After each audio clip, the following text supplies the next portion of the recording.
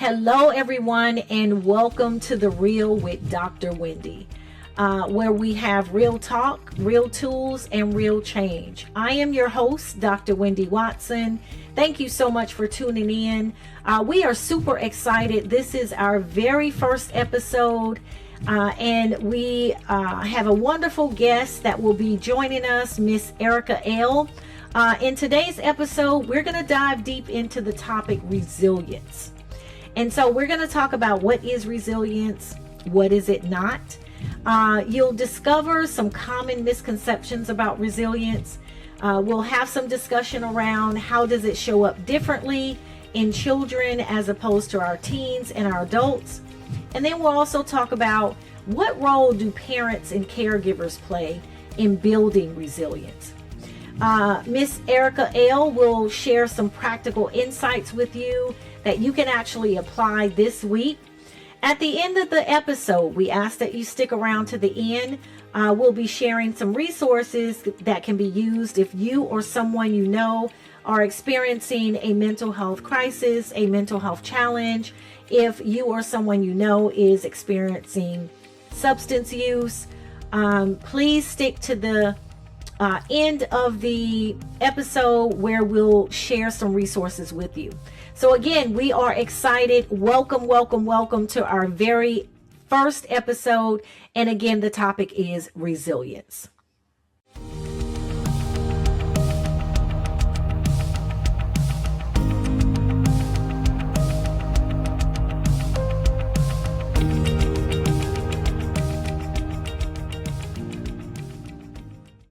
So our topic today on our first episode is resilience.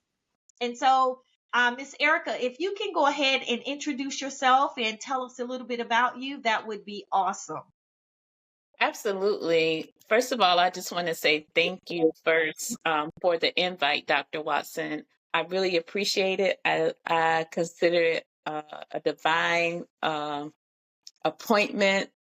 Thank you for seeing fit that you know that I could do well. I'm going to try. Just to tell you a little bit about myself, again, my name is Erica Elle, and I am a native of Orangeburg, South Carolina, where I was born and raised. Lived by way of the DMV, DC, Maryland, Virginia, for about 15 years before moving here to the Raleigh, North Carolina area. And just to give you a quick background about myself, I have a master's in public health and leadership with a concentration of epidemiology. And also a graduate certificate in healthcare informatics. That means that I love statistical data. I love the study of diseases. But mostly I am a holistic health practitioner, board certified, meaning that I'm a spiritual being having a human experience. I'm also a resilient subject matter expert, and I believe this is why Dr. Watson wants us to talk about resilience today. So I'm hoping that my heart opens and my mind is clear so that way I can be able to share. Yes, absolutely. That is definitely why I asked you to join me on my very first episode with the topic resilience because of your background and because of your expertise in this area. I love what you said about you are was it a human being having a what type of experience? I am Out a of body? spiritual being having a human experience. Yes. Yes, Yes. a spiritual being having a human experience. I love it. I love it. So let's go ahead and dive into the topic. So, my first question is, when you hear the word resilience, what does that mean to you? Having the ability to pivot and adapt to change. Transition is never easy, right? For any of us. And what it means to me is that in certain times, that's not so easy for us that we can adapt, be able to pivot and turn. Even saying, okay, I'm going to turn from my wicked ways, or I'm going to choose to take the high road. That's a simple form of resilience. I share with people a lot that when it comes to resilience, it doesn't necessarily mean that you are strong. It just means that you're conscious of the decision that you want to make in the transition. Resilience means, how well you adapt to some of the challenges that people face. Is that what we're saying? Yes, and then also too, just thinking about when you think about the word resilience, what's the first three words that come to your mind? When people think about resilience, they think about, oh, you're so strong. Oh, girl, you can bounce back. All those things. And Yeah. then the third word could be like, oh, she knows what she's doing. And it doesn't necessarily mean that you're strong. It means that sometimes we are in vulnerable spots. It's not what we do, but it's how we respond to those things. And that's what shows our resilience. Are we going to lay down and cry? Yeah, 10 minutes a day, but then we know we have to get up the next day because the change is going to take place regardless. It's just not about how we do that and how we navigate that change. We all know that, all of us have experienced some type of challenge that we've had to adapt to, that we have had to practice resilience. Um, what do you think are some of the most common misconceptions about resilience? I kind of mentioned one of them, and that's like, oh, we're strong. And because we're strong, we're automatically resilient. I think that we have been taught or conditioned to show tough skin, even in Yeah. situations that cause us to think and feel differently about ourselves, right? And even when it comes to our confidence, confidence and resilience kind of go hand in hand because I remember for me, the misconception is that everybody says to me, oh, Erica, you're so resilient. Oh, you're so strong. Oh, wow, you got through that. Oh, wow, you lost your job and you didn't have any problems with finding another job. Well, that Yeah. hurts. And I found myself like getting frustrated about people assuming that I am the strong one when the actuality is that Yeah. I'm breaking up inside. My confidence level has plummeted. So the biggest misconception is misunderstanding, misguiding, making the assumption that the person is really strong.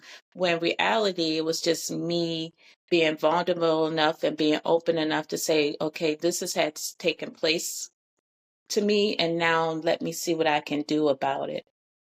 And so I just move into Yeah. action, which again can turn into survival mode, fight or flight, constant. And that's not also healthy as well. Absolutely. It just reminds me, listening to you talk about, people sometimes perceive that, you're strong, or that you don't go through life's challenges.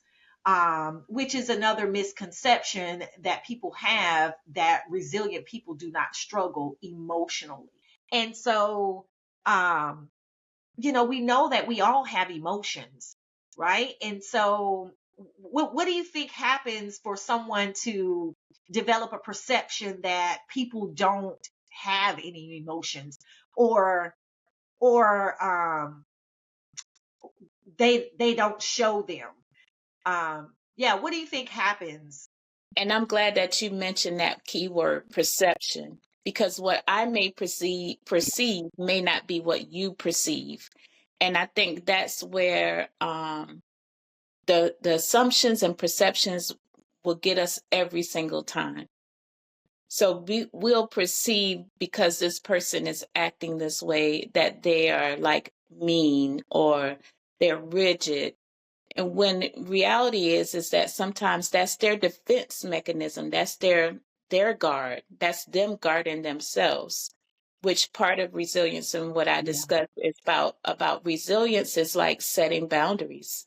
That means that you were resilient enough to make a decision to set a boundary and say, you know what, I don't have to share this with this person. I'm going to make a conscious decision to do that. Or even, like you said, that rough person where you think that they are not showing their emotions, that they show no emotions. They didn't cry. I didn't see them react to anything. Yeah. And so, therefore, they Yeah. are they can't understand where I'm coming from, which in reality it just means that that could be that person's mechanism of finding their way of being resilient without breaking down. Which you can be on the flip side and be Yeah. very emotional, very upset every time someone says something to you or what have you, and your resilience turns into your emotions and it's like da da da da da da da da nonstop, and they're like, oh my God, this she's all over the place. I can't deal with her. That's our perception. But the reality is Yeah. that the emotional regulation or the emotional deregulation is out of control. It's like her body is saying, or his or her body is saying, like, I got to let this person know how I feel. And it's really not necessarily how they feel just in that moment, but how their body responds and conveys to that. Because the reality is, resilient people experience stress, sadness, disappointment, anxiety, and even failure. And so, the perception that people don't experience those things, I think sometimes that also comes from, like you said, someone's defense mechanism, right? That just kind of trickled down to the next generation, that it's not really okay to show emotions because you can be perceived as someone who's weak. And if you don't show those emotions, oh, you're the strong person. And I think in society, whether you're white, black, brown, or purple or blue, it's all about, like you said, your upbringing and your background. When it comes to racism, we know that Yeah. that is a learned behavior. That is not a behavior that you decide that you're going to wake up, coming straight out of your mother's womb, that you're going to be racist, right?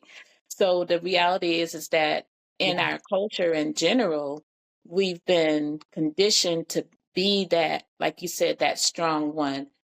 And I can definitely relate to you when you said, not seeing your mother cry, and she had to be the strong woman. And I even think back, like, oh my God, what was my mom going through? She only was doing what she knew what was best and got it. But like you said, it goes from generation to generation to generation. And you wake up one day and you realize, like, why am I so, like, I feel my emotions, but I really can't express them, and then you find your way trying to navigate those things, which also is an indication of grief, right? And grief is not like this straight line. It's all over the place. Like you said, the failures, the ups, the downs, not feeling like yourself. Um, and resilience, like you said, doesn't mean that you're okay and that you can handle these things. It just means that you have learned and the key tools to be emotionally intelligent enough to say, like, I'm not going to, like, bash these people, or good example, Jasmine Sullivan bust the windows out his car. That you're going to be able to have the ability to be resilient enough to look him in the eye and say, yeah, I know you did that, and walk away, versus like really busting those windows out the car. Another thing that came Yeah. to my mind, just to give people an example, I really personally feel like this particular movie, Denzel Washington was in a movie um, many, many years ago, and I'm trying to remember the name of it, and I cannot remember, but he was a soldier, and he ran off to get Mhm. something to eat. And the people, and this was about the war, the Civil War era. And he actually ran off. He was one of those soldiers that was hard headed, didn't listen. He said, I'm going to run off and I'm going to find me somewhere to get some good food. And he ran off and they found him. And when he came back, they literally tied him and began to whip him. But you could see this is a form of that resilience. They began to physically beat him, across the back, and his face stood firm and I feel like that was should have been his Oscar, because he showed a lot of different emotions and feelings in that moment, but also a feeling of resilient that, yes, you all have beaten us to the point where I don't even have to feel, I don't have to cry out. And he did not. He literally took every hit, and it was like everybody felt the hit around him, which brings, we can talk about that Yeah. too, because the resilience doesn't necessarily mean that it affects just you quote unquote trying to be strong. It affects everybody. It's a trickle effect. But Yeah. I really really remember that scene and him being resilient, but really he was weak. And then after the beating, they took him down, and his friends, like was like, "Hey man, you can't do that no more." But they still loved on him and what have you, and took care of, the wounds or whatever. Yeah, great example. I also believe that many people believe that being resilient means handling everything on your own. Like, I got this. I don't need any help. And so I think that's a very big misconception about being resilient. Just because you ask for help or even need help doesn't mean that you're this weak person, doesn't mean that you can't get through it. It just means that, I can get through things better when I have that support. What are your thoughts about that? So yes, I'm glad you asked me that. You're absolutely right when you say that resilience resilience brings forth resourcefulness as well.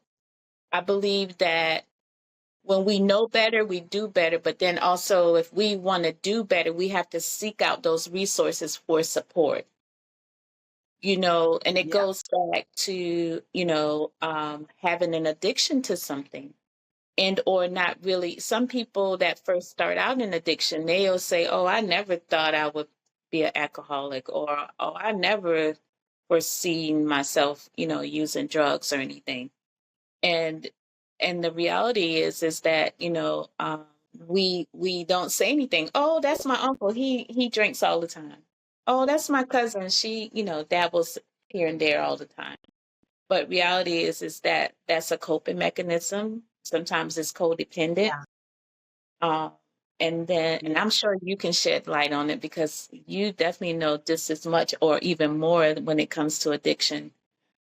So that person that's no longer addicted and they're in recovery, they're in full recovery and then long-term recovery, that is resilience. That means that that person tapped into those resources. They went to their meetings, they did their work, they they woke up every day saying, "I'm going to start my day off with this. I'm not going to lean back on this addiction anymore, that I'm going to continuously become who I am." And it's a constant thing. Resilience is not something that just happens overnight. It's a constant, ongoing thing. Absolutely. That's another great point that you make as you relate it to someone recovering from substances.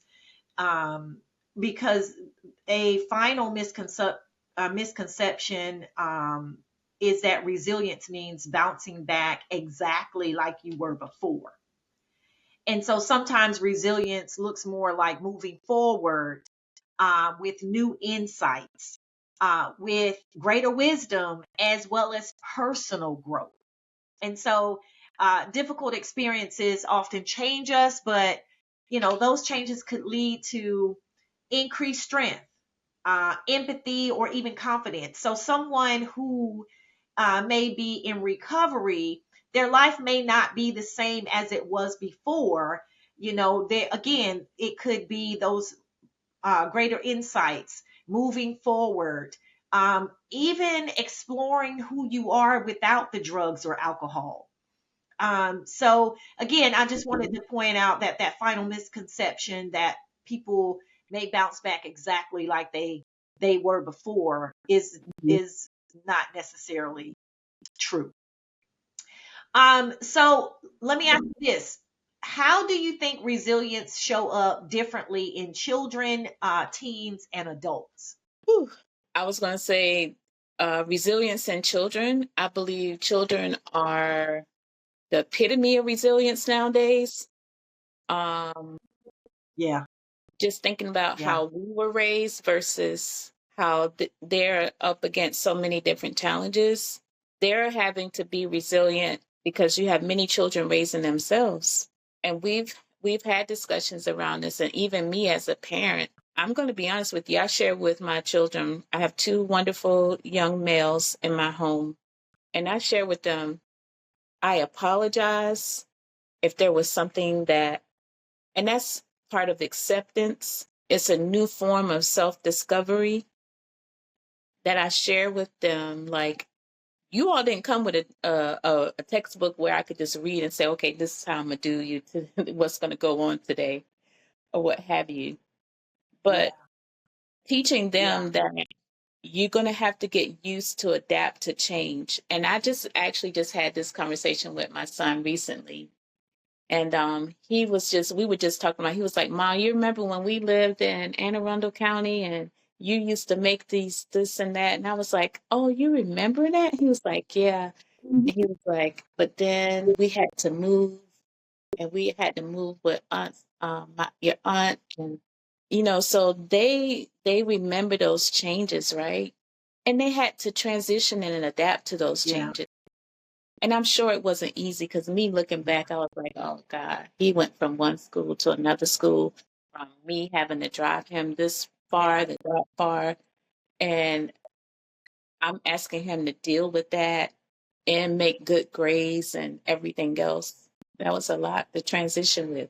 Then my children, to keep in mind too, they're 8 years, almost 9 years apart.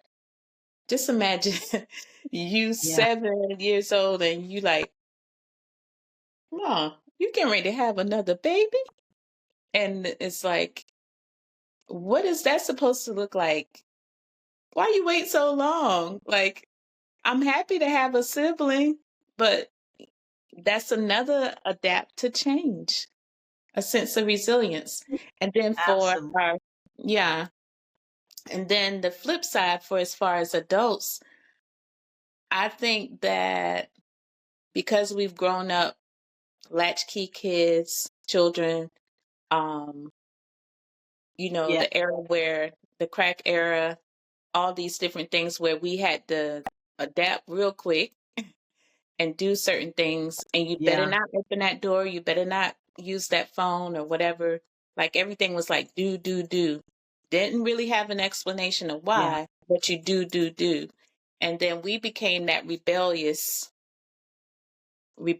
culture and began to build resentment.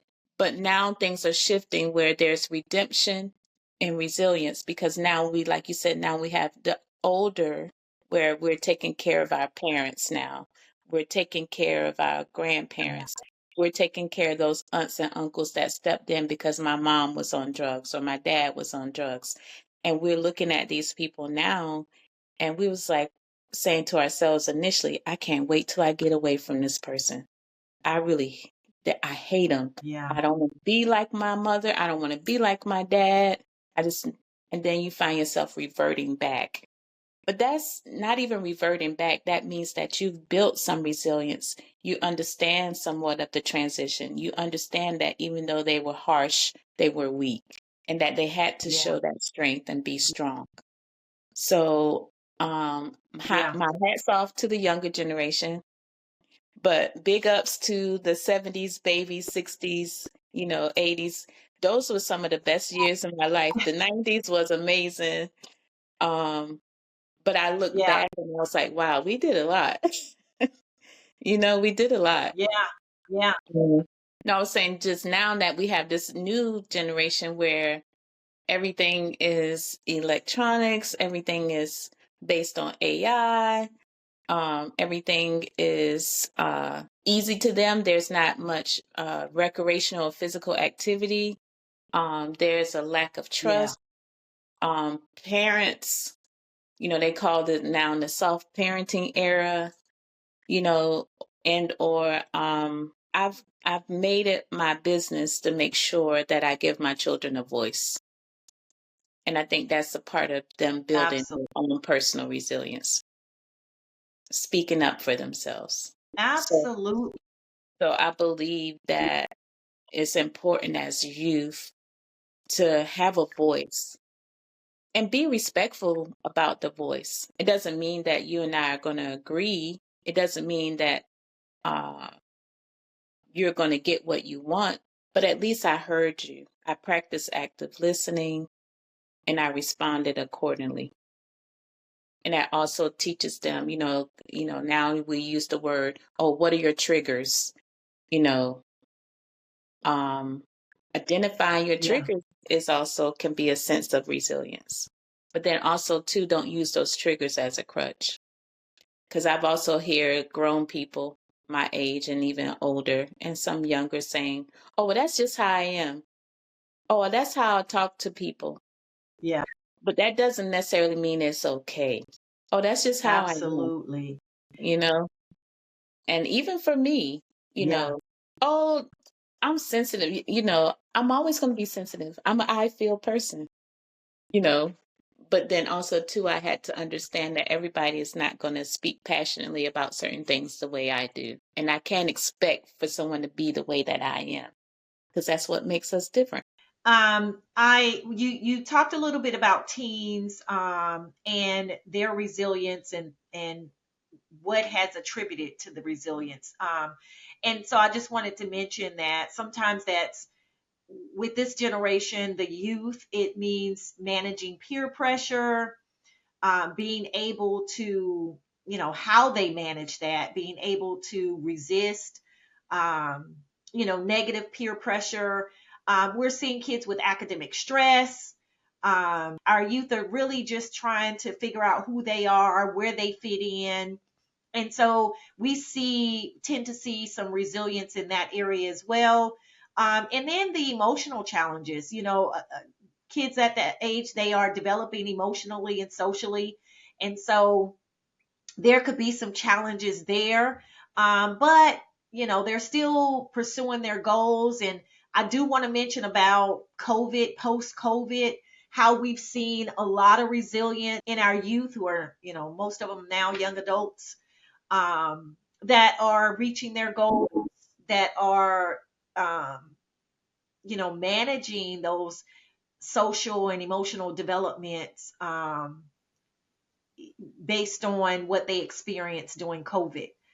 I do want to also mention how some of our adults, how they demonstrate resilience, navigating financial difficulties or family responsibilities. We have a lot of single parent households and how they, you know, are resilient in making ends meet, still raising their children, some of them having, multiple children in the household, parents having to work and still raise kids. So we see a lot of different um, ways that individuals and families are practicing resilience. One of the things that you mentioned that just kind of stood out goes into my next question, like what factors help you develop resilience? And so again, we know that our youth are experiencing a lot. And Yeah. so what do you think are some of those protective factors that are needed? I would say one of the protective factors is know your surroundings. Pay attention to your surroundings. And when I say pay attention to your surroundings, Yeah. especially as youth, pay attention, how back in the day they would say birds of a feather flock together. Pay attention who sits beside Yeah. you. Pay attention to the decision you make. Like you said, they're under so much stress as it relates to academics.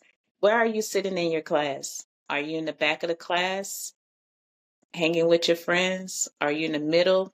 Are you in the front? Are you the person that goes up to and I highly encourage, challenge these teachers, Yeah. challenge yourself, have these candid conversations with them.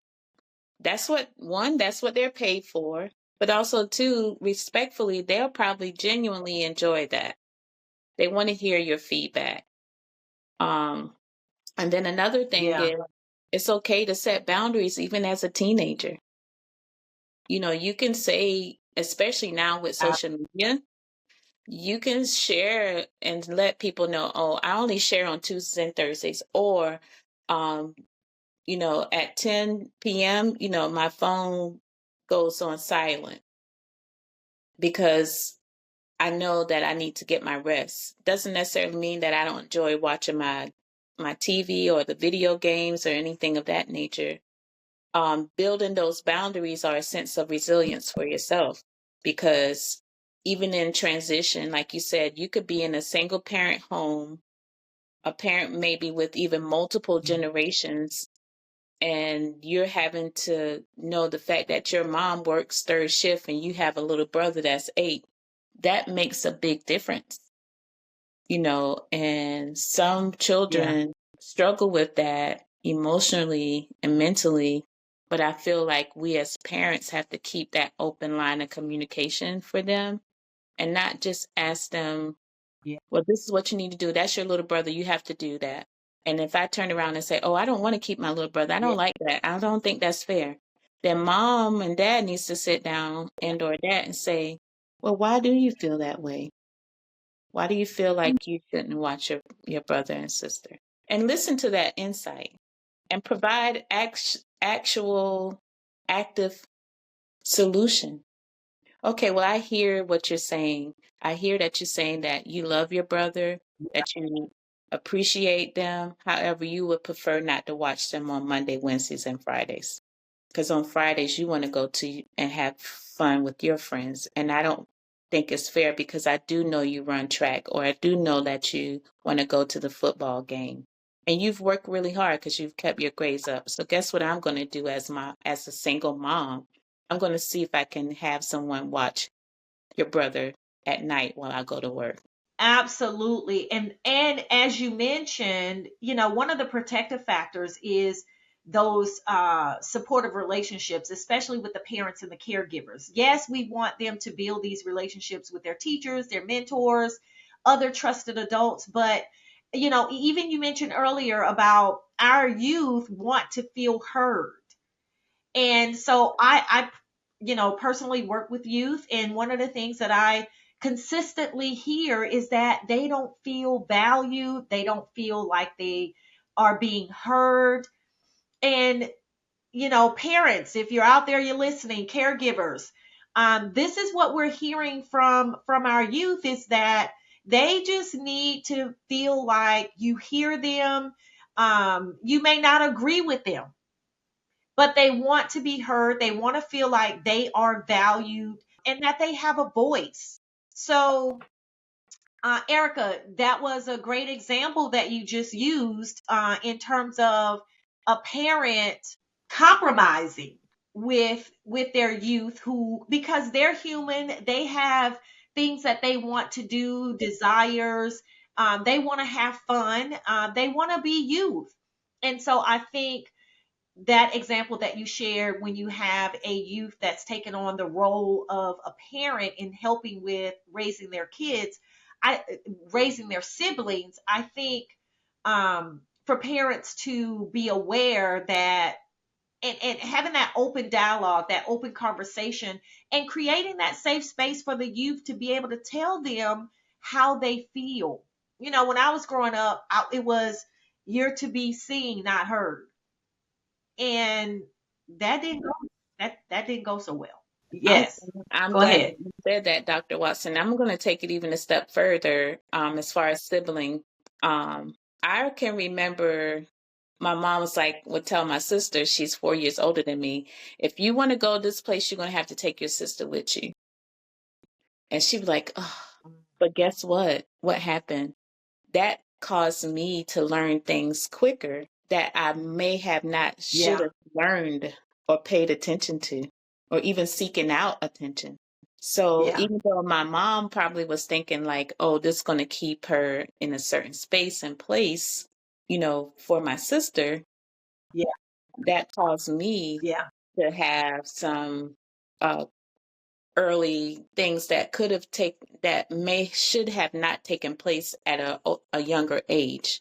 You know how some people say, "Oh, yeah, she looks young, but she behaves older," or what have you.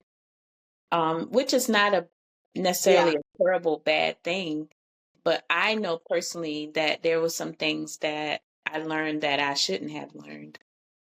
But it was only because my mom said, Yeah. So I just thought about that when you Yeah. said that. That's the first time I thought about it really, like, yeah. And it all came from the fact that we had to watch each other. Yeah. It Yeah. went down. And If we had social media right. back And then, we would be the stuff. It was then when your mom come home, everybody, the mom's exactly. like, "How did everything go?" "We were good, mom. Yes, ma'am." No, we was cutting up. Yeah. So then one of the things parents can do at home to strengthen resilience and just kind of support their child's mental health before we see problems occur that turn into crisis. So we want to just share with the parents, caregivers, some things that they can do to strengthen resilience at home. And what would you say are some of the things that parents can do to strengthen that resilience in their kids? Um, Patting them on the back even when it's not okay.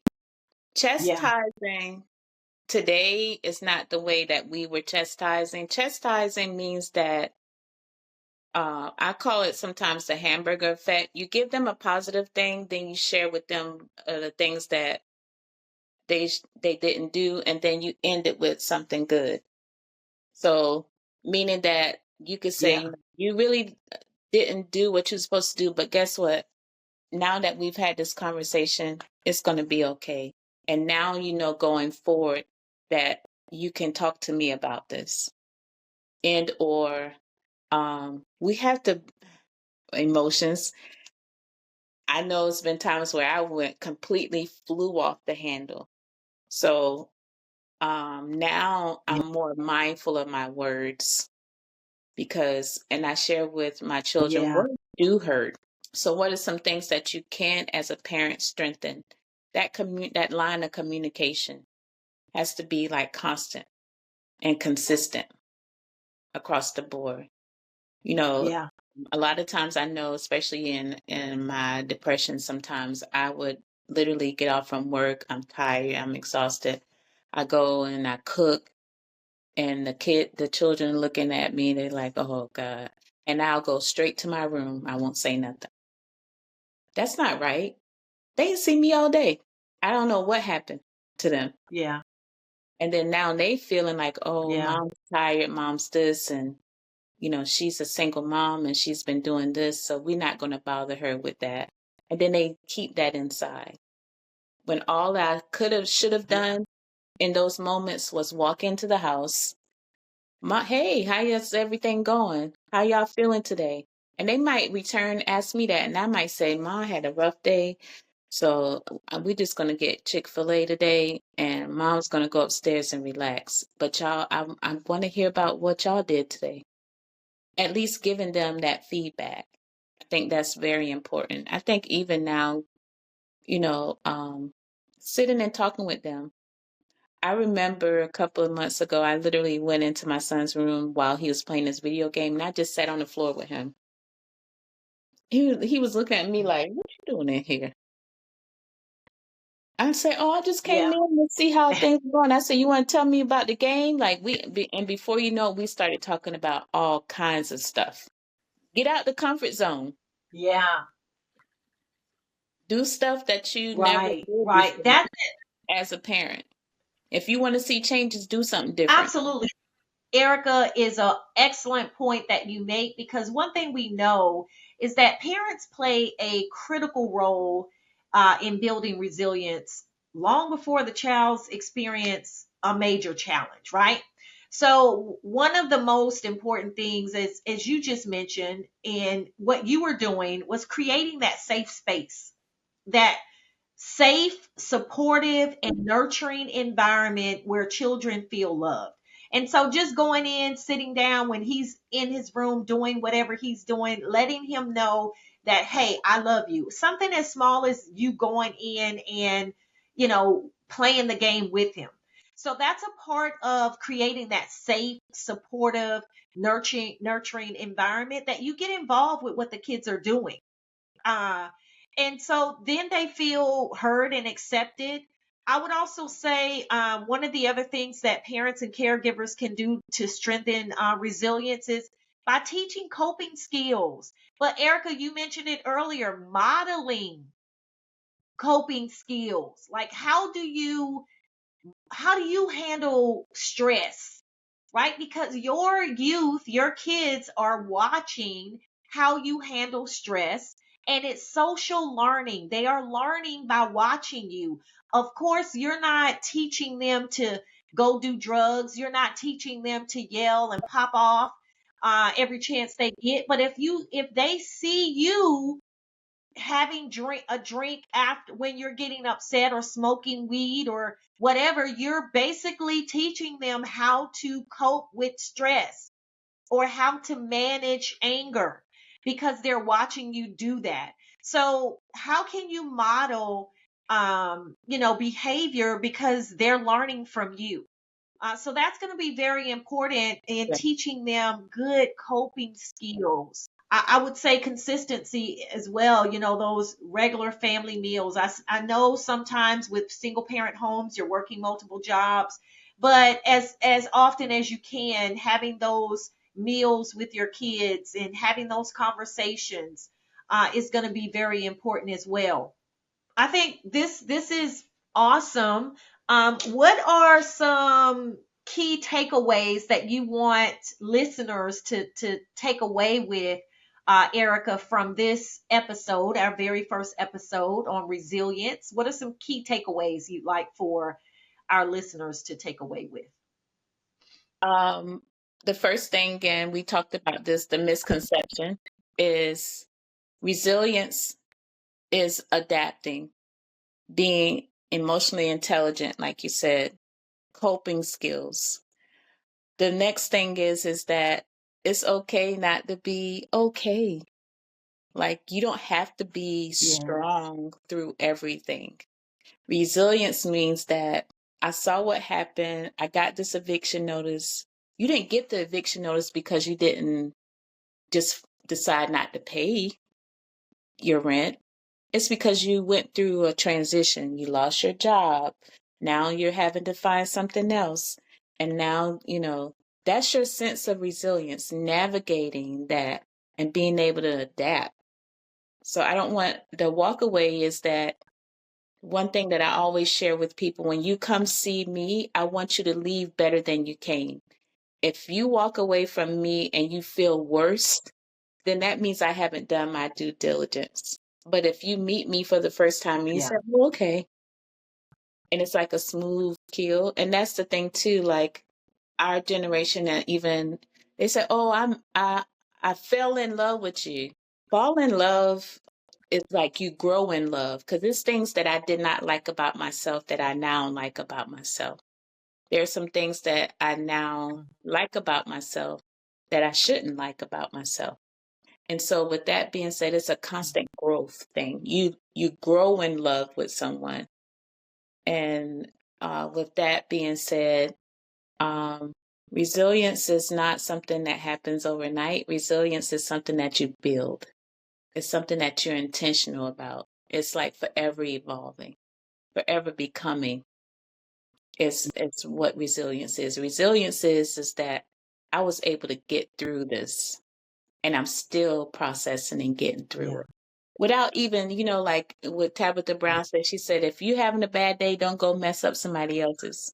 That's a form of resilience. That means you did not have a good day, but it did not have to do anything with anybody else. And so therefore you're resilient enough to be able to set that boundary and not make someone else have a bad day.